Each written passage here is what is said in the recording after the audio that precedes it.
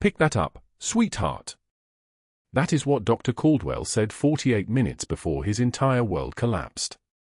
Ashley Cooper moves through St. Michael's ICU in San Antonio with the silent efficiency of someone who has learned that invisibility is survival.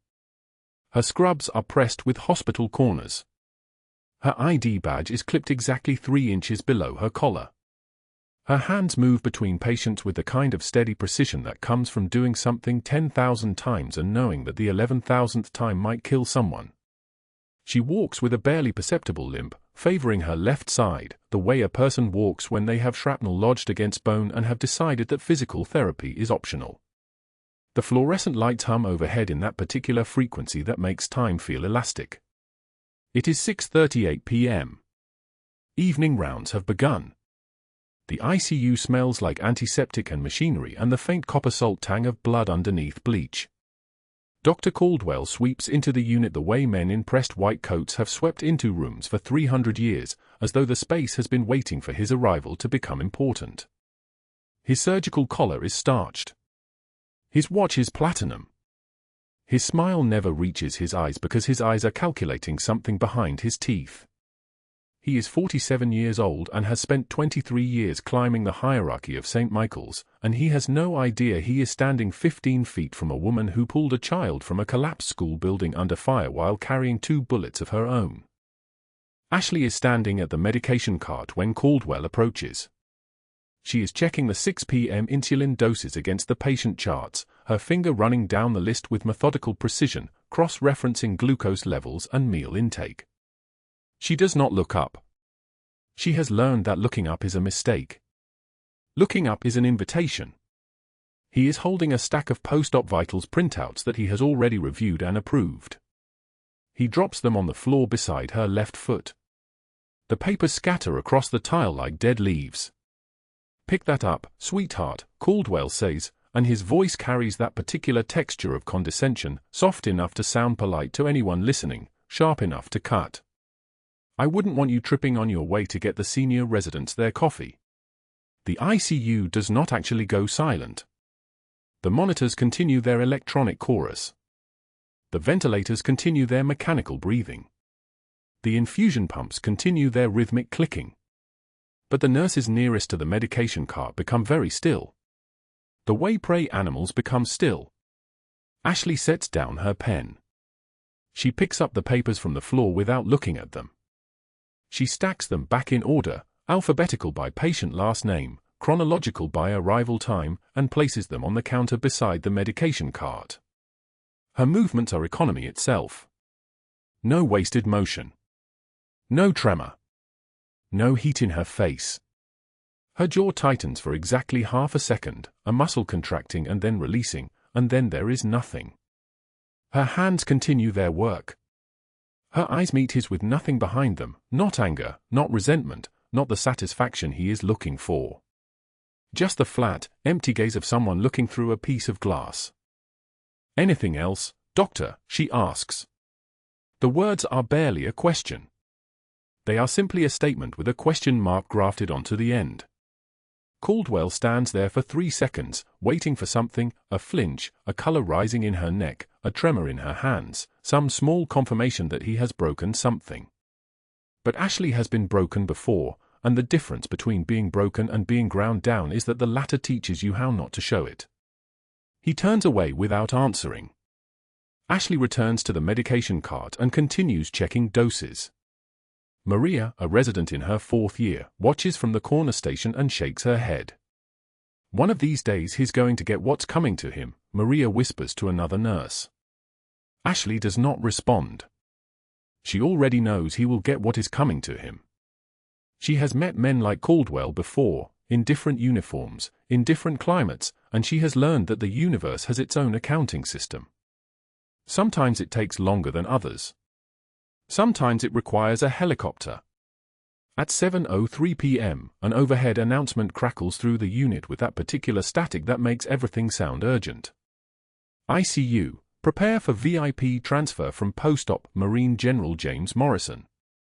Arriving in 6 minutes. Notify Dr. Caldwell. Notify administration. High-level security detail accompanying. The fluorescent lights seem to buzz louder. Ashley's hands pause for 0.8 seconds. Just long enough for the medication syringe to stop mid-air. Just long enough for the 3 nurses near her to notice. Just long enough for something in her chest to shift like tectonic plates. She sets down the syringe and moves to the ICU board, where the incoming patient assignments are being written. A general. Marine Corps.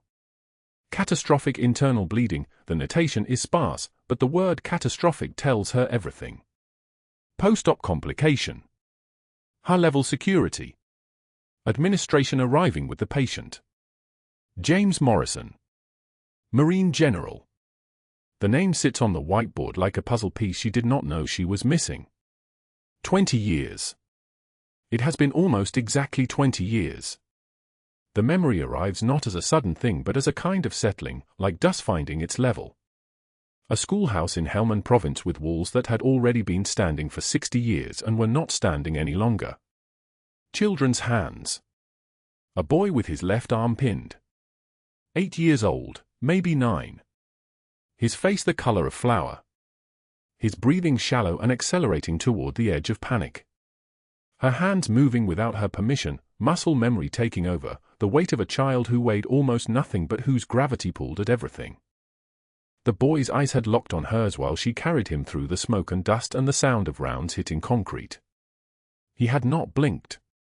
He had not looked away. He had just held on and trusted that the hand carrying him belonged to someone who did not plan to let go. She had pressed a coin into his palm before the medical evacuation helicopter lifted off. A tarnished military challenge coin, the only thing she had to give him besides her presence. She had told him, "This means you're part of the team now. You keep that, you remember you're never alone." The boy had clutched it the entire flight. She had never seen him again. But she had thought about him. In the silence of 2 a.m.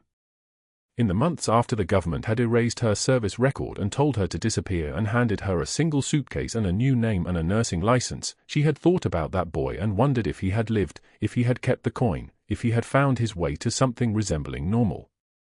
The ICU prepares itself. Beds are cleared. Monitoring stations are opened. Dr. Caldwell emerges from his office, his expression already shifting from his usual contempt into something more constructed, the face he wears for administration. The face of authority. Caldwell does not know he is about to meet the boy twice. Ashley's shift supervisor, a woman named Denise, approaches with the assignment sheet. Morrison's going to ICU 4, Denise says. His post-op appendectomy with complications. Internal bleeding. Caldwell's prepping him for possible reoperation. I'm putting you on his night shift, you're the strongest we have for post-op monitoring. You good with that? Ashley nods once. The motion is small. Economical. You good? Denise asks again, because something in Ashley's eyes has changed. Not visibly. Not in any way that registers to most people. But Denise has worked with Ashley for 3 years, and 3 years of watching someone work in the ICU teaches you how to read the smallest shifts in the landscape. I'm good, Ashley says. Her voice sounds like a door closing quietly. At 7:09 p.m., the trauma team arrives with General James Morrison on a stretcher, his frame draped with 4 lines, his abdomen wrapped in surgical dressing that is already staining at the edges. The security detail is discreet but unmistakable, 2 men in dark suits positioned at exits, eyes constantly moving, hands resting in positions of readiness. Hospital administration trails behind, a vice president and 2 board members in business casual, their faces arranged in expressions of grave concern. Morrison's face is pale with blood loss, but his eyes are open and moving, tracking the ceiling tiles as the stretcher rolls. The security detail positions itself at the entrance to ICU 4. The doors close. Ashley is already there, having prepared the monitoring station, having checked the drip rates, having positioned the emergency crash cart within arm's reach, having done all the things that keep people from dying in the hours between surgery and morning. She does not introduce herself. She simply begins the monitoring protocol, attaching the lead wires to his chest, checking the central line, verifying the blood bank has typed and cross-matched for units. Her movements are efficient and invisible. She is the kind of nurse that surgeons do not notice because she makes their work easier without announcing it. General Morrison's eyes move toward her as she adjusts the oxygen delivery. For a moment, just a moment, his gaze sharpens. Recognition flickering like a light behind his pupils. But he is post-operative, sedated, losing blood, and his mind is not entirely his own. The moment passes. Ashley does not allow herself to react. She finishes the setup and steps back, her hands already moving to the next task, documenting the initial vitals, noting the time of arrival, preparing me for infusion pumps to continue the saline drip that is the only thing keeping his blood pressure from dropping below the threshold where organs begin to fail. Caldwell enters the room at 7:14 p.m., already speaking into his phone, already positioning himself at the foot of the bed where he will appear in the best light if photographers arrive. I have him stabilized for now. We're monitoring for rebleed. The appendix ruptured at 4:32. The initial closure was adequate, but post-op, something deteriorated. Might need to go back to the OR. He does not look at Ashley. He looks past her, the way people look past walls. She checks the O2 saturation, 94%. Acceptable. The heart rate, 118. Elevated but expected. The blood pressure, 102/68. Precarious. The kind of number that could drop like a stone if anything goes wrong in the next 4 hours. The night shift approaches. The security detail settles in. The lights in the ICU remain at their eternal noon, erasing time, erasing the outside world. Ashley stands at the bedside of the boy she pulled from the rubble 20 years ago, now wearing for stars and fighting for his life again, and she does not allow her hands to tremble. She does not allow her voice to shake. She does not allow herself the luxury of showing what she feels because showing is a kind of surrender, and surrender is something she learned a long time ago to delete from her repertoire. She simply stands there in the fluorescent light and watches him breathe, and she thinks about tarnished coins and promises made in smoke, and she waits for whatever comes next. It arrives sooner than anyone expects. The first week of Ashley's tenure at St. Michael's Hospital in San Antonio, Dr. Caldwell had gathered 5 surgical residents around the nurse's station at 7:41 in the morning, his voice pitched loud enough for half the ICU to hear. "I'm giving the new girl 1 week before she quits," he announced, checking his Rolex with the casual certainty of a man accustomed to winning bets. $20 each says she doesn't make it to Friday. These ex-military types think they're tough until real medicine humbles them. The residents exchanged uncertain glances, but 4 of them pulled out their wallets. Caldwell's smile never wavered. It was the smile of a man who had spent 20 years climbing a rigid hierarchy and had no intention of letting anyone disrupt the ladder he'd built. Ashley sat 30 feet away at the nurse's station, entering patient data into the computer terminal with mechanical precision. She heard every word. The fluorescent lights hummed above her, casting everything in that particular hospital pallor that made even healthy people look vaguely unwell. Her jaw tightened for exactly 2 seconds, a barely perceptible flex of muscle, and then her fingers resumed their steady rhythm on the keyboard. ASHLEYCOOPER.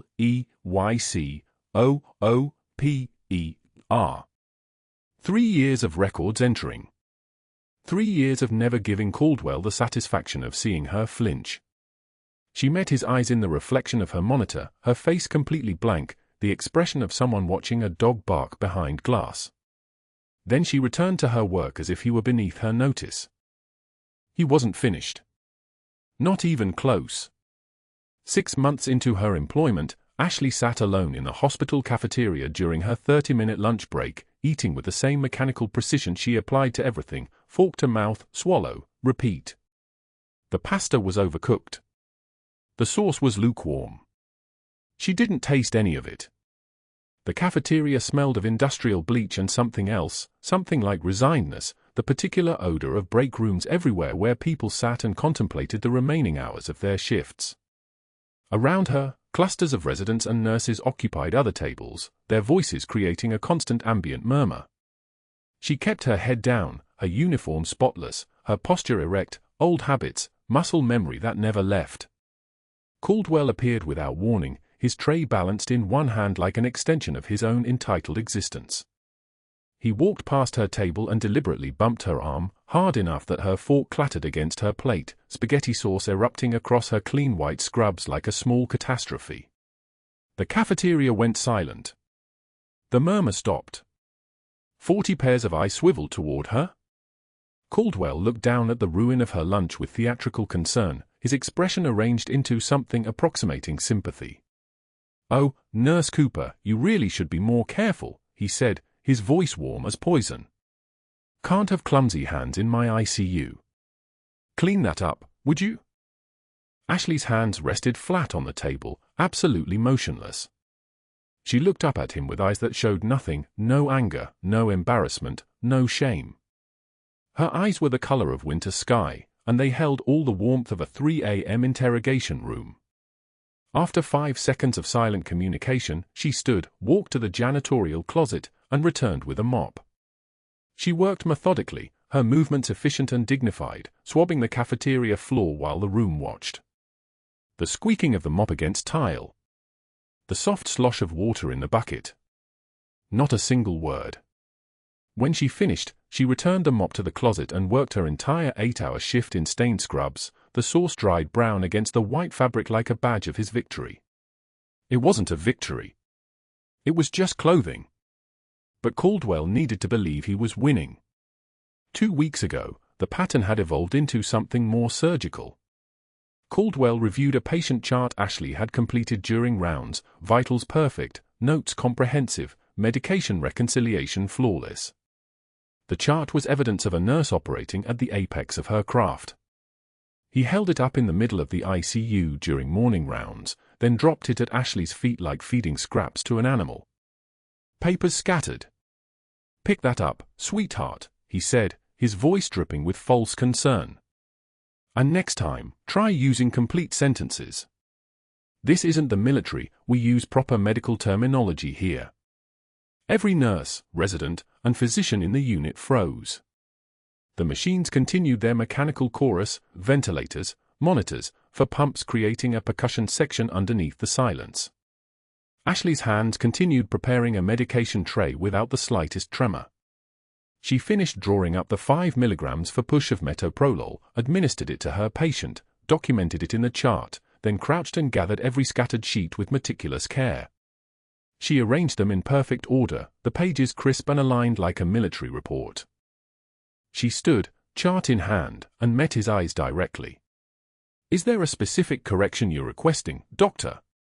Her voice emerged low and controlled, like a tank idling in a garage, all contained power with no outward violence. Caldwell's smile widened, which meant he felt threatened. Threatened men always smile wider. "Just keep trying your best," he said. "I know standards were lower where you came from." She accepted the chart back without responding, and he walked away satisfied that he had asserted his dominance. The truth was sharper than any argument she could have made. His surgical department was the only place where he felt powerful. The ICU was his kingdom, and he needed to believe everyone in it recognized his authority.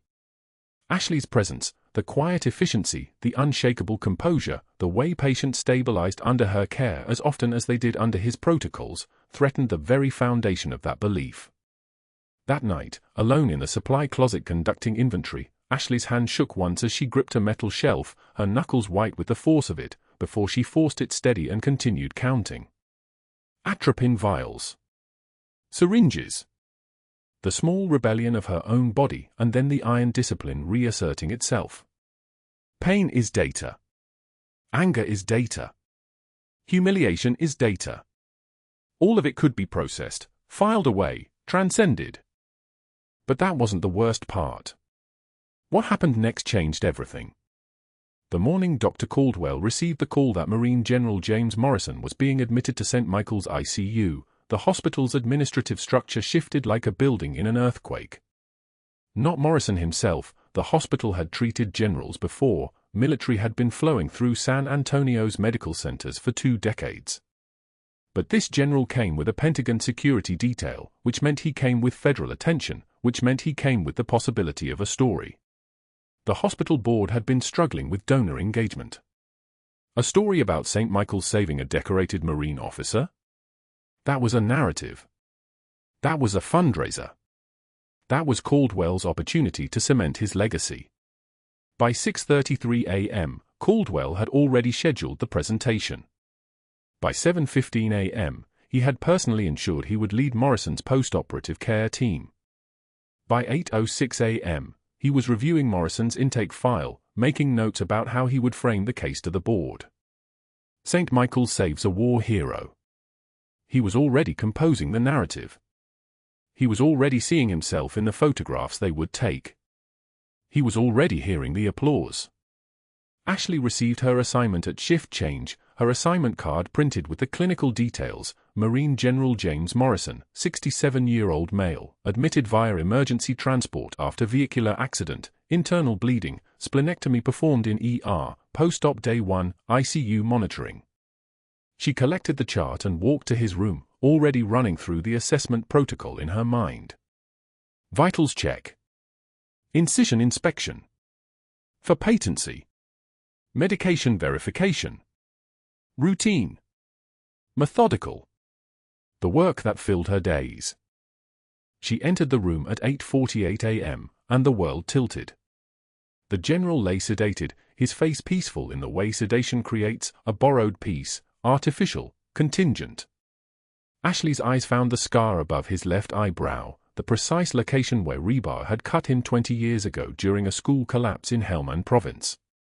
The same heterochromia, one eye brown and one eye green, though she only knew this because she had memorized every detail of his face when he was 8 years old and she was 24 and her job was keeping children alive in active combat zones.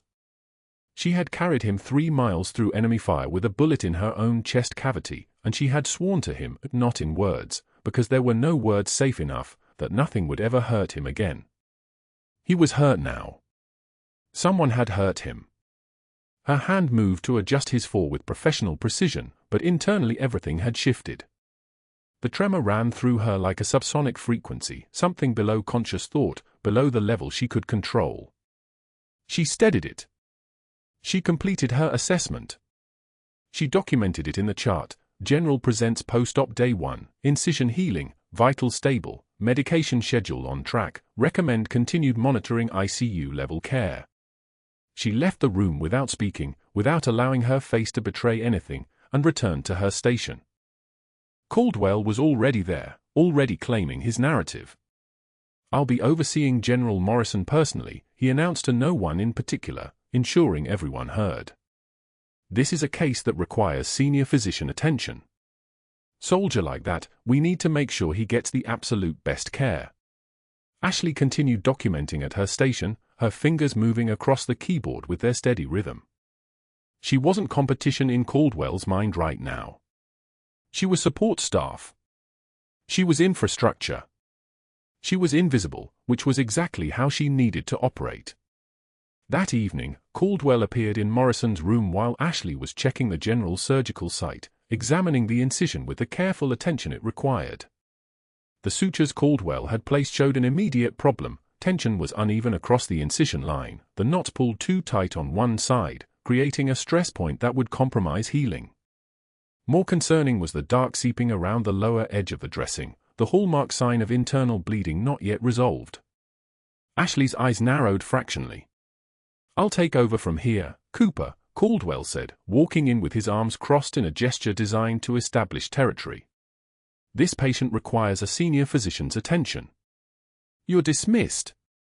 His voice had the false courtesy of a man accustomed to obedience, and his smile was a weapon pointed directly at her. Ashley looked at the surgical site, then at Caldwell, calculating. She opened her mouth to speak, to note the tension irregularity, to recommend a surgical review, to say the words that belonged in a conversation between professionals. But Caldwell cut her off before she could begin. "I said dismissed, nurse." The words came out like an executioner's sentence. She left without speaking, returned to the nurse's station, and opened Morrison's electronic chart. Her fingers moved across the keyboard with precise authority: patient post-op day 1, incision requires review. Suture tension irregular, recommend surgical assessment. Early seeping noted lower incision margin. Clinical recommendation, senior surgical review before morning rounds. She documented it in bold. She saved it. She knew the moment she hit send that Caldwell would see it, that he would read it, that he would understand it as a challenge to his authority and his surgical competence. 10 minutes later, she checked the chart again. The documentation was gone.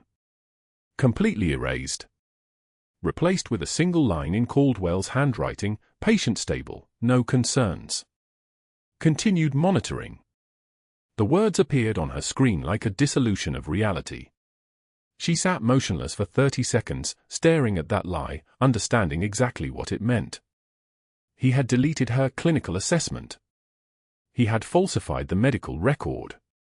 He had prioritized his reputation over a general officer's safety, and he had done it with the cold competence of someone who had never faced consequences. Ashley's jaw clenched once, twice. Her hands rested on the keyboard. Around her, the hospital continued its nocturnal rhythm, the nurses talking softly, the machines maintaining their mechanical hymn, the fluorescent lights buzzing their eternal hum. She closed the chart, logged out of the system, and stood. She gathered her things. She clocked out. She drove home through the empty streets of San Antonio and entered her apartment, where the silence was absolute and unforgiving. She pulled the challenge coin from her pocket, the tarnished military coin, worn from 20 years of pressure, stamped with a unit designation that no longer officially existed. She turned it over and over in her hands while the clock moved from 2:27 a.m. to 3:02 a.m. to 4:36 a.m., and she thought about promises made in smoke, and about 8-year-old boys who grew up to wear for stars, and about what happens when you discover that the person you trusted with someone else's life has already proven he cannot be trusted. The sunrise would bring the hospital board's arrival. It would bring Caldwell's presentation. It would bring whatever came next. The conference room at St. Michael's hummed with the soft clink of ceramic coffee cups and the whisper of pastry boxes being opened. 8 board members in navy and charcoal business suits settled into leather chairs around the mahogany table, their faces arranged in the practiced attentiveness of people who had somewhere else to be in 30 minutes. Dr. Caldwell stood at the head, his posture a study in controlled confidence, one hand resting on a wireless remote that controlled the presentation slides behind him. The title page glowed on the screen, Exceptional Surgical Outcomes, the General Morrison Case. He smiled, that particular smile that never reached his eyes, and began to speak. Gentlemen, Ms. Chen, thank you for joining me this morning. What you're about to see demonstrates St. Michael's commitment to world-class surgical excellence and, frankly, our competitive advantage in an increasingly crowded marketplace. He clicked to the next slide. Morrison CT scan filled the screen, the internal injuries rendered in clinical shades of grey and blue. This patient arrived with catastrophic abdominal trauma. Multiple organ involvement. The kind of case that separates competent surgeons from exceptional ones. Ashley Cooper stood 30 feet away at the nurse's station on the ICU floor, monitoring General Morrison's vitals on the central bank of screens. She had been assigned to his room during the presentation, ostensibly to free Caldwell to conduct his dog and pony show, though they both knew it was an insult disguised as scheduling. Just a nurse monitoring a patient while the real work happened in the conference room. Her jaw was steady. Her breathing was steady. The challenge coin she kept in her scrub pocket pressed against her chest like a second heartbeat, a small weight that kept her tethered to who she actually was when the world insisted she was nothing. The monitors showed Morrison's blood pressure at 128/76. Heart rate 68. Oxygen saturation 98%. Perfectly normal for a post-operative patient on day 1. She checked his chart. Caldwell's notes read, surgical repair uncomplicated. Sutures intact. Patient stable. But the sutures weren't intact. Ashley had reviewed the operative notes 3 times after discovering the falsified post-op imaging. Caldwell had placed his primary closure along the right lower quadrant using a simple interrupted technique with insufficient spacing, each suture approximately 12 mm apart instead of the standard 8. A deliberate choice. A reckless one. The kind of choice that didn't show up on imaging until internal bleeding had already begun. The clock on the wall read 9:23 a.m. In the conference room, Caldwell was moving through his presentation with the fluid ease of a man who had rehearsed this exact monologue dozens of times. The general is a decorated Marine, a man of considerable importance to our nation. When we operate on patients of this caliber, we're operating not just on their physiology, but on their public image, their future service, their legacy. He paused for effect. St. Michael's handled that responsibility with precision and care. Ashley watched the monitors. Morrison's pressure had drifted to 124/74 at 9:31. By 9:39, it was reading 118/70. A slow decline. Barely perceptible. The kind of drift that could indicate early internal bleeding, blood pooling in the abdominal cavity, the patient's cardiovascular system compensating by maintaining perfusion at the expense of blood volume. She moved from the station into Morrison's room. The ICU bed hummed its mechanical rhythm. The ventilator hissed with each breath Morrison's anesthetized lungs drew. Ashley pulled back the blanket covering his abdomen and examined the surgical site, a long incision from sternum to below the navel, sealed with steri strips and sterile gauze. No obvious external bleeding. She pressed her gloved hand gently around the wound to check for fluid accumulation beneath the skin. There. A subtle swelling. Heat. The sensation of fluid beneath the surface, as though someone had placed a water balloon under his abdominal wall. She reached for the phone and paged Caldwell. Code 911. ICU. Morrison's room. No response came. She paged again. 911, Morrison's room. Stat. At 9:19 a.m., Morrison's blood pressure dropped to 110/66. His heart rate climbed to 82. The monitors registered the changes in the silent language of beeping numbers and waveform graphics that only the trained could read as clearly as written words. Ashley moved back to the nurse's station and called the conference room directly. A secretary answered on the second ring. Dr. Caldwell is in a board presentation. Can I take a message? This is urgent. General Morrison's vitals are. I'm sure the doctor will call you back when he's available. The line went dead. Ashley stood very still for exactly 3 seconds, her hand gripping the edge of the station counter. Her jaw tightened. Not visibly. Just that small muscle flexing at the hinge, the kind of clenching that only came from 20 years of swallowing rage in hospital corridors and military compounds where showing anger meant losing authority. She released her hands and moved back into Morrison's room. His pressure was now 105/60. Dropping measurably. His heart rate had climbed to 94. On the monitoring screen, his waveform was beginning to show the early signs of hypovolemic compensation. His body was mobilizing blood from the periphery to maintain core organ perfusion. He was bleeding internally. Not spectacularly. Not yet. But inevitably. She placed her hand on Morrison's wrist to check his pulse manually, feeling the increased rate beneath his skin, feeling the subtle weakness in the arterial wall that indicated his cardiovascular system was working at the edge of its reserve. Her fingers noted what the monitors confirmed. Her training from surgical theaters in Helmand Province, from field triage stations where decisions were made with bullets and dust and insufficient blood supplies, that training was singing now, a clear pure note beneath everything else. Morrison's eyes fluttered. Just for a moment. His gaze drifted unfocused toward her face, and for a second his pupils seemed to track toward her. His mouth moved. Almost no sound. Almost nothing at all. Angel, he whispered. From the school. I remember. Then his eyes closed again. The memory hit Ashley like a blast wave. A school building collapsed under Russian airstrikes. A boy trapped beneath concrete and rebar, his leg crushed, bleeding, terrified. She had carried him 3 miles through enemy fire with her own bullet wound weeping against the inside of her uniform, her body operating on adrenaline and discipline and the absolute refusal to let go. That boy had been 8 years old. He had been bleeding from wounds that should have killed him. She had kept him alive through sheer force of will and training and hands that knew exactly what to do. Now he was bleeding again. And this time, a surgeon was in a conference room accepting praise while his patient died by degrees. Morrison's pressure read 98/54 at 9:52 a.m. Ashley didn't page this time. She hit the code blue button on the wall. The alarms began their electronic screaming, a sound like nothing else in a hospital, a sound that meant everything stopped being routine and became absolute. Red emergency lights began flashing in the corridors. The ICU nurses moved with practiced urgency. The respiratory therapist was already moving toward Morrison's room.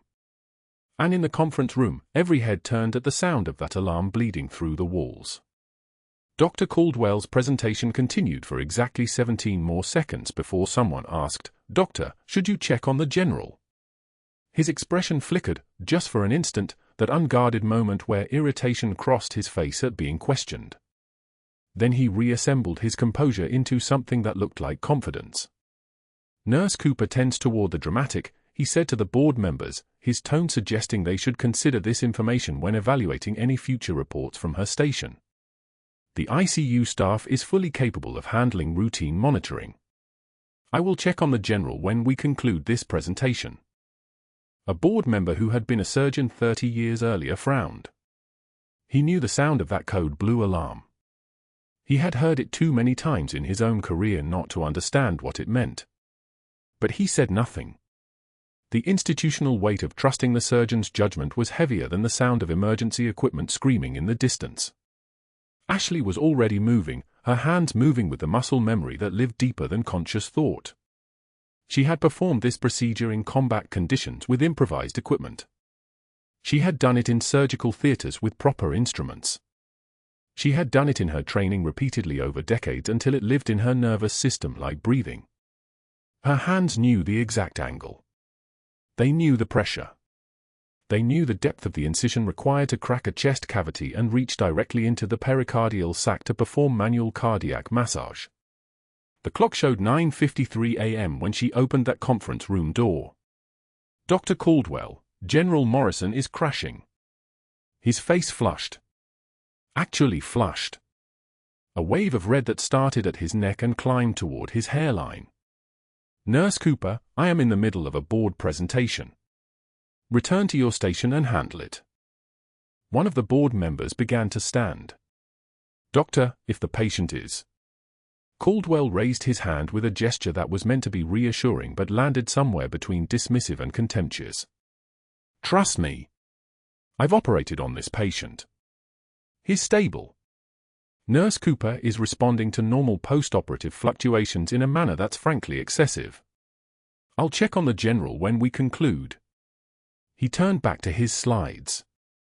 "Now, where were we?" Yes, recovery metrics. St. Michael's currently outperforms the regional average in post-operative mortality by 2.3%. Ashley's jaw clenched. Not visibly. Not in a way that would register on any camera. Just that small, contained flex of the masseter muscle beneath her skin that meant she was still in control, still choosing her next action rather than reacting to his dismissal. She turned without another word and ran back to Morrison's room. Her stride was efficient. Military. The kind of movement that covered ground without wasted motion, that carried the absolute authority of someone trained in crisis. The monitors were screaming now. Morrison's pressure had collapsed to 78/42. His heart rate had accelerated to 128. His oxygen saturation was dropping, 98, 95, 92, 88. She was already reaching for the emergency tray. Gloved hands. Scalpel. The blue of the surgical field being prepped around Morrison's chest. The respiratory therapist was there. 2 nurses. The monitor technician. Everyone in their position. Everyone knowing exactly what was about to happen. The challenge coin in her scrub pocket pressed against her chest like a prayer or a promise, or the weight of every person she'd ever saved when the world told her she was nothing but a nurse in scrubs waiting for a doctor who was too important to answer her pages. At 9:54 a.m., Morrison's monitor flatlined into a straight, silent line. At 9:55 a.m., Ashley Cooper made a choice that would separate her from this hospital forever. The monitor flatlined at 9:54 a.m. At 9:55 a.m., Ashley Cooper stopped being a nurse and became something else entirely. The code team was 90 seconds out. Ashley didn't wait. She moved toward the surgical kit on the crash cart like a predator recognizing its terrain, her hands already moving before her mind finished the calculation. The junior resident, Dr. Patel, was frozen, staring at the flat line as if it might change its mind. Ashley didn't look at him. She tore open the sterile field and found the scalpel, the blade catching the overhead light like a small silver truth. His sutures failed, she said quietly. Internal bleed into the thoracic cavity. We have for minutes. Patel's voice cracked. We can't do an open thoracotomy without an attending physician present. It's protocol. We have to wait for. Ashley had already made the first incision. Left of the midline, precise and deliberate, the blade parting skin with absolute certainty. No hesitation. No second guessing. The smell of blood, copper and salt and something deeper, filled the space between them. You're on airway, Ashley said. Suction here. Now. She didn't raise her voice. She didn't need to. Something in the timbre had shifted, had deepened. It was the kind of calm that comes from having already survived worse. A nurse named Rodriguez moved instantly, positioning the suction tip before Ashley finished speaking. Another, Chen, was already drawing blood into a syringe for crossmatch. They weren't following protocol anymore. They were following a rhythm they didn't even know they recognized. The second incision split the sternum cleanly. Ashley's hands moved like they performed this exact procedure 1,000 times, though nurses weren't trained to crack chests. They were trained to stand beside those who did, to anticipate, to assist. But her hands knew the geometry of a human body in a way that had nothing to do with textbooks. The scalpel made a high, thin sound against bone. The rushing of air. The wet sound of tissue parting. 3 minutes had passed. Caldwell arrived in the doorway like a storm front, his face already crimson. What the hell are you doing? Stop immediately. You are not authorized for this procedure. Stop. Ashley didn't acknowledge him. She reached into Morrison's open chest and found his heart, cold and still, the color of liver. Her hands, which had held so many things in their time, now held the most fragile thing that existed, a general's life, beating only because of her will. She began compressions, her palms cupping the muscle, pressing with perfect rhythm. 30 compressions. Count them out. 1 Mississippi, 2 Mississippi. Her hands were steady as a surgical laser. Around her, the room had reorganized itself without consultation. Rodriguez had the suction line positioned exactly where the next bleed would appear. Patel had the airway tube ready. Chen was taping in the large bore for a 14-gauge needle, the kind that delivers blood fast. 2 units O negative, Ashley commanded. Push them now. Already running, Chen said. Caldwell was still screaming, still trying to reach her, but the nurses had formed a perimeter around the bed that wasn't exactly blocking him but made it clear that moving closer would require physical force. Caldwell saw it. He saw that he'd already lost control of the room. Someone find the source of the bleed, Ashley said, still compressing, still counting. 60 seconds. 90 seconds. Her voice didn't change pitch. Her hands didn't waver. Interior suture line. I need a clamp. A nurse, Torres, stepped forward with a satin sky vascular clamp. Patel's hands were shaking as he took it, as he reached into Morrison's chest toward the site Ashley had identified without looking. The suture line was indeed compromised. The stitch had pulled through the tissue like thread through rotting fabric. 2 minutes of compressions. 2 minutes and 30 seconds. Caldwell had stopped shouting. He was standing in the doorway now, pale as a corpse, watching. 3 minutes, Ashley said. Not to anyone specifically. Just a fact delivered into the room. Just information. Morrison's heart remained inert under her hands. The rhythm on the monitor was still a flat, accusing line. But her compressions continued with the same mechanical certainty, the kind of certainty that only exists in people who have already decided that failure is not a word in their vocabulary. 3 minutes and 40 seconds. The heart spasmed once in her hands. Just once. A single involuntary twitch of a muscle trying to remember how to work. Ashley felt it and her hands continued their work without pausing. The spasm happened again. Again. And then, the monitor registered it first, before anyone else saw it, the beat. A single, solitary beat. Then another. Sinus rhythm. The monitor beeped once. Twice. 3 times. The sound of a heart remembering its purpose. The sound of 4 minutes and 17 seconds of compression finally breaking through. Ashley held pressure for another 30 seconds, confirming that the bleeding was controlled, that Patel's clamp was holding, that the suture line was no longer weeping Morrison's life onto the table.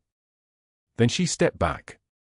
The room was silent except for the ventilator hiss and the monitor's steady beep. Steady. Steady. Steady. Caldwell's voice came from the doorway, and it was different now. Quieter. More dangerous.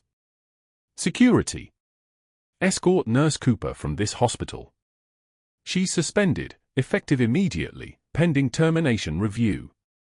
Nobody speaks to her. Nobody assists her. Is that clear? Ashley removed her gloves with the same precision she'd used for everything else in the past 5 minutes. They peeled off inside out, her skin momentarily clean before she stepped back into the biohazard bin. The blood was still under her nails. She'd need to scrub. But she wouldn't. Not yet. Not there. Martinez was the security guard who appeared in the doorway, a veteran in his 60s, 63 years old if Ashley remembered correctly, and she did remember everything about everyone, walked into the ICU with his hand extended for her badge. He wouldn't meet her eyes. Something in his shoulders told her he knew. Not what, but something. Veterans recognized other veterans. She handed him the badge anyway. The basement laundry facility was empty at 11:17 a.m. on a Thursday, which meant it was always empty at 11:17 a.m. on a Thursday. Ashley had observed these rhythms for 3 years. The industrial washing machines rumbled with indifferent regularity, processing hospital linens in their endless cycle.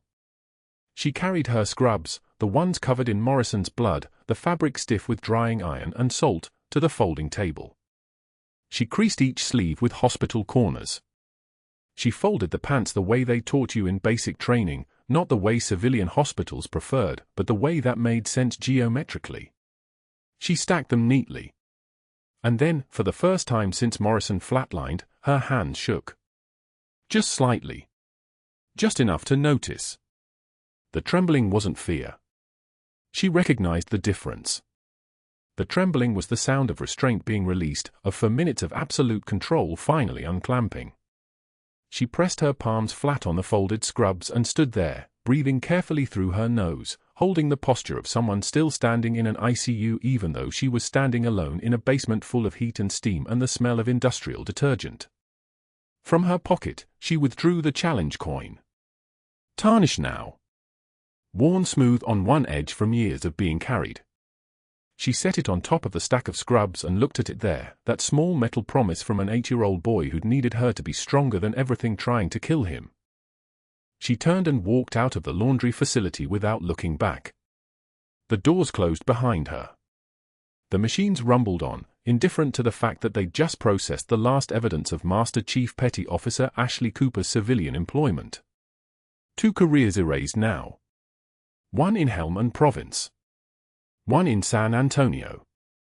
Officially, she no longer existed at all. But that wasn't the worst part.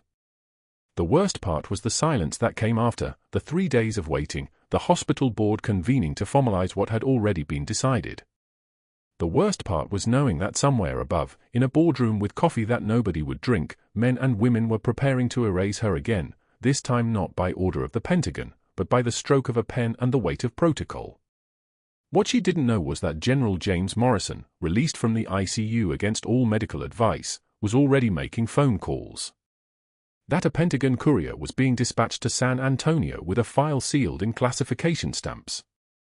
That in 72 hours, everything would change again, but not the way anyone expected. The board chair's expression shifted.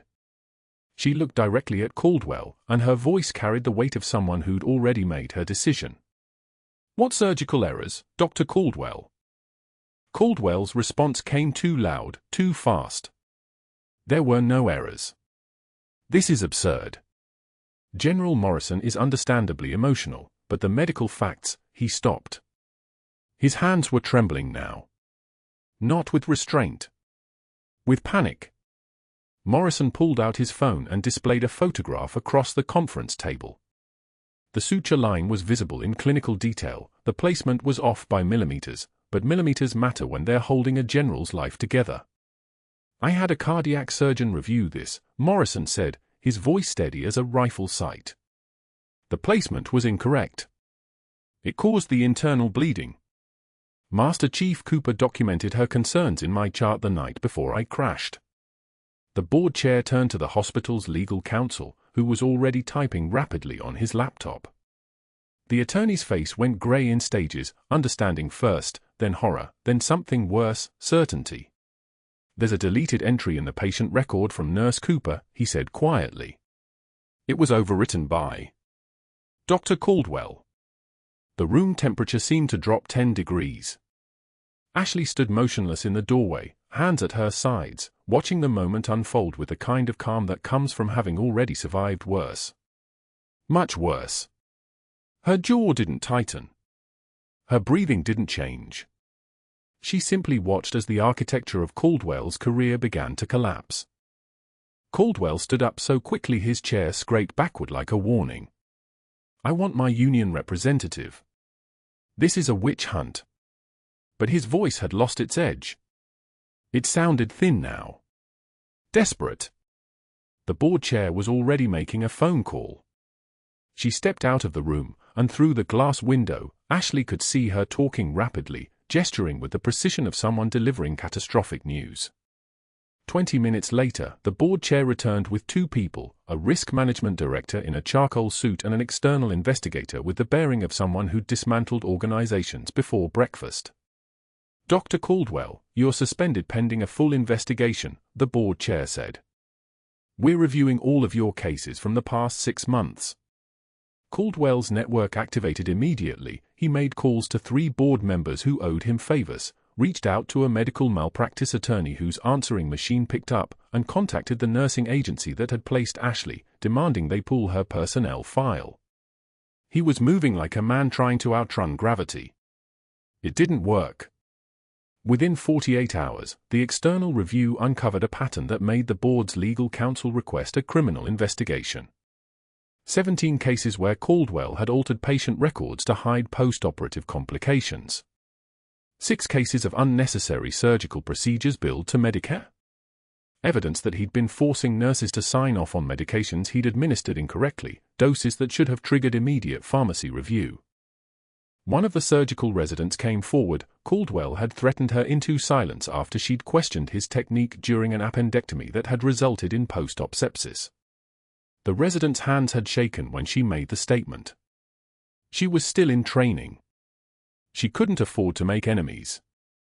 The nurse from the cafeteria incident filed a formal complaint. And suddenly, 8 other nurses added their names, years of bullying, intimidation, and retaliation carefully documented in personal journals and saved emails. One had written, "He threw my charting notes on the floor and told me to pick them up like I was a dog. I picked them up. I kept my job." The board moved to immediate termination. Caldwell's medical license was suspended by the state board pending criminal investigation. His attorney negotiated hard to avoid jail time, in exchange for permanent license revocation and restitution that would exceed $800,000. Criminal charges would be dropped to administrative violations. 3 weeks after the board meeting, Ashley received a phone call from a number she didn't recognize. The voice on the other end was Morrison's, but different now, not the recovering general, but the commanding officer.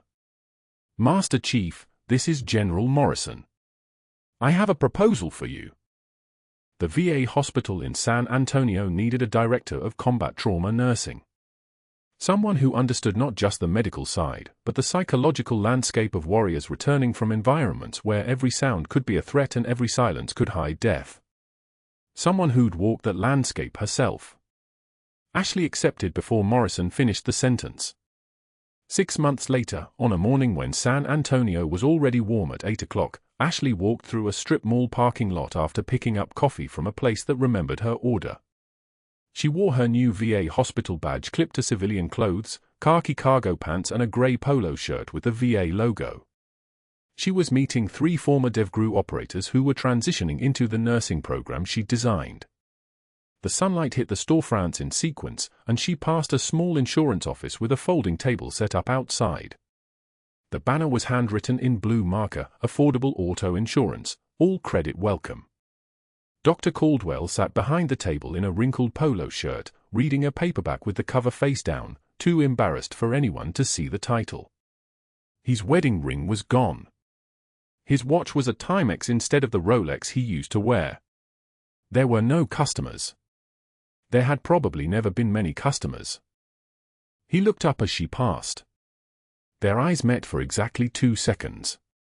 Ashley's expression didn't change. No smile. No anger. No acknowledgement. She simply continued walking with the same pace, the same stride, the same absolute composure. But as she took another step, the corner of her mouth moved just slightly upward. Not a smirk. Not a sneer. Just the smallest acknowledgement that the universe had balanced itself the way it does when chaos is finally organized by someone who understands the stakes. She kept walking. Caldwell watched her go, then returned to his book, smaller somehow. Diminished. He'd spent 3 years trying to break someone unbreakable, and in doing so, he'd snapped himself in half. Ashley entered the VA hospital through automatic doors that closed behind her with a soft hiss of compressed air. Her office was on the 3rd floor, walls lined with photographs of Marines she'd served with, faces of men and women who understood what it meant to carry others through fire. Some of them were healing now. Some were still fighting different wars. General Morrison's tarnished challenge coin sat in a frame above her desk, mounted next to her Master Chief Petty Officer insignia that the Pentagon had officially returned to her file. The coin was the same one she'd pressed into a terrified 8-year-old boy's palm 20 years ago in Helmand Province, a promise that he would survive. He had. And now he commanded Marines. Maria, the young nurse from St. Michael's who transferred to the VA to work under Ashley's direction, poked her head in the doorway. The new class starts in 10 minutes. They're all pretty nervous. Ashley picked up her coffee, still warm, and stood. Good. Nervous means they care. She walked toward the training room, her limp barely noticeable now. In the hallway, she passed a Marine veteran in a wheelchair who nodded at her with the kind of quiet respect that's reserved for people who've carried you when you couldn't walk. Ashley nodded back without breaking stride. Before entering the classroom, she paused at the doorway and looked back down the hall toward the window that overlooked San Antonio's sprawling landscape. The light caught the edge of her ID badge, the name A. Cooper, Master Chief visible in official lettering. She turned it over once, checking that it was straight, then stepped into the room where 15 combat veterans waited to learn how to save lives the way she once saved theirs. The door closed behind her with a soft click. On her desk, a small plaque caught the afternoon sun, engraved with words General Morrison had sent her the day she started, "True class is what you do when the lights go out." Ashley Cooper had learned that lesson a long time ago. In the dark. Under fire. With nothing left but her hands and her will. Now she was teaching it to others, not because she had to, but because the people who walk into battle deserve to have someone waiting on the other side who understands what they've sacrificed. This is where the quiet ones go. Not to be celebrated, but to do the work that matters. If you've ever been underestimated by someone who didn't know your true value, if you've ever had to choose between breaking and bending, if you've ever wondered what heroes look like when they're not wearing uniforms, subscribe to this channel. Like this video. Comment below with your thoughts. And share Ashley Cooper's story with someone who needs to know that the strongest people are often the ones who say the least.